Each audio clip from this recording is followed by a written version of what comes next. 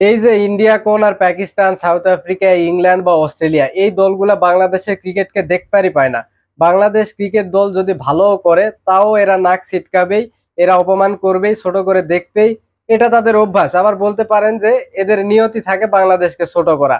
বাংলাদেশ দল যদি কোনো বড় দলকে হারায় দেয়, তখন দেখবেন তারা বলবে এটা একটা অঘটন। ভাই, ক্রিকেট খেলায় অঘটন কিসের?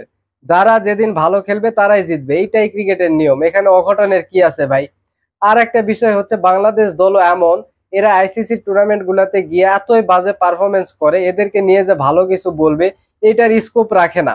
এখন কিছুদিন আগে এই যে রিকি পন্টিং বললো আইসিসি চ্যাম্পিয়ন ট্রফিতে গিয়ে বাংলাদেশ দল খুবই বাজে করবে, এর থেকে আফগানিস্তান দল অনেক ভালো করবে।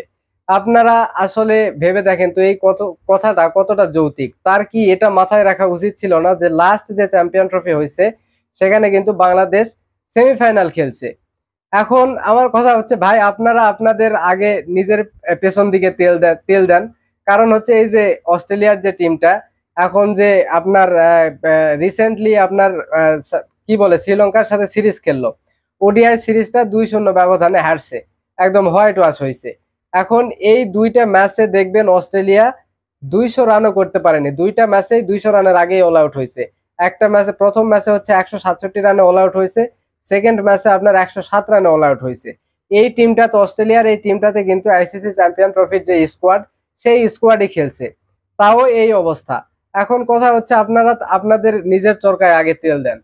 আর একটা বিষয় হচ্ছে, এই যে দেখবেন পাকিস্তানে যখন আপনার বাংলাদেশ গিয়ে টেস্ট ম্যাচ জিতলো, পাকিস্তানের আগের যত ক্রিকেটার আছে সবার তো একটা করে ইউটিউব চ্যানেল আছে, তারা এসে বলে বাংলাদেশের মতো দলের সাথে হারলো, হ্যান হয়েছে ত্যান হয়েছে।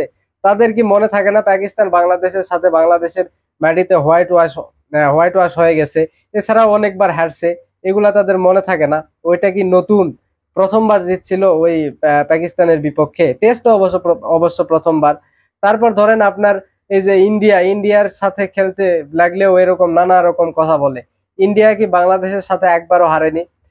ইন্ডিয়ার সাথে তো বাংলাদেশ অনেকবার হারছে, দেশের মাটিতে দুইবার সিরিজও হারছে ইন্ডিয়া বাংলাদেশের সাথে।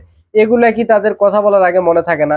ইংল্যান্ড সিরিজ হারছে বাংলাদেশের সাথে, টি টোয়েন্টি ক্রিকেটে হোয়াইট ওয়াশ হয়েছে, তাও বাংলাদেশকে তারা ছোট করবেই, বাংলাদেশকে দামি দিতে চায় না।